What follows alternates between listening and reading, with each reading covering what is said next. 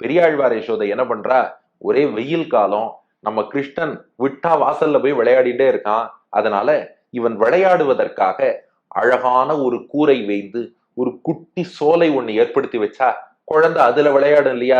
ஏன்னா வீட்டுக்குள்ள விளையாடுறதுன்னா நிறைய பேருக்கு பிடிக்காது. இன்னைக்கும் பாருங்களேன், பல பேர் சொல்லுவா வீட்டுல காம்பவுண்ட்ல இருந்து வீட்டோட மெயின் என்ட்ரன்ஸ் வரைக்கும் நல்ல ஸ்பேஸ் இருக்கணும், அதுல நிறைய மரங்கள்லாம் இருக்கணும், அந்த மரத்தடியில நாங்க பாட்டுக்கு விளையாடுவோம், இப்படி பலருக்கும் ஆசை இருக்கும். அந்த மாதிரி பெரியாழ்வார் யசோதை யோசிச்சா, இந்த குட்டி கண்ணன் பாவம், அது 2 வயசு, வீட்டுக்குள்ள விளையாடுனா அது விளையாடாது. அதனால என்ன பண்ணா, கொல்லைப்புறமாக ஒரு அழகான சோலை ஏற்படுத்தினாலும். அந்த சோலை எப்படிப்பட்ட சோலைனா, இங்க வர்ணனை அப்படியே பெரியாழ்வார் வர்ணிச்சிருக்கார்.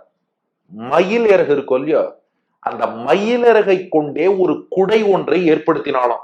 மயிலிறகே கொடையா இருந்தா எப்படி இருக்கும்னு நினைச்சு பாருங்க. மயிலிறகாலேயே ஒரு அழகான கொடை. சுத்தி பார்த்தா செண்பக மல்லிகையோடு செங்கழு நீர் இருவாட்சி எண்பக பூக்கள் எல்லாம் பூக்கும்படியாக பல பூச்செடிகள் அதையெல்லாம் உண்டாக்கினாலாம். இப்ப நல்ல பச்சை பசேல்னு செடி கொடி மரமெல்லாம் இருந்ததுன்னா கிருஷ்ணனுக்கு அப்படியே அந்த ஃப்ரெஷ் ஆக்சிஜன் குழு குழு குழு குழுன்னு இருக்கும். மேல மயில் இருக்கு, குழந்தை அப்படியே பார்த்து சிரிக்கும். மேலும் வெயிலும் கண்ணன் மேல படாது. இப்படி ஒரு சோலையை ஏற்படுத்திட்டா அப்படியே மணக்கண்ல நினைச்சு பாருங்க. ஒரு கம்பு, அதற்கு மேல் மயில், மயில் இறகு இருக்கு பாருங்க, அதனாலேயே செய்யப்பட்ட அழகான கண் கொண்ட மயில் இறகு, அதனாலேயே ஒரு குடை, சுத்தி பார்த்தா அழகான செடி கொடிகள்.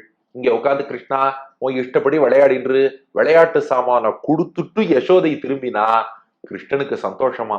எங்க அம்மா எனக்காக எவ்வளவு அழகா ஒரு சோலை அமைச்சிருக்கா, அந்த அம்மாவை கட்டிக்க வேண்டாமா. பெரியாழ்வார் யசோதை திரும்பினா, கிருஷ்ணா நீ விளையாடுன்ட்டு திரும்பினா, கிருஷ்ணன் ஓடி வந்து பின்னாடியால கட்டிட்டானா.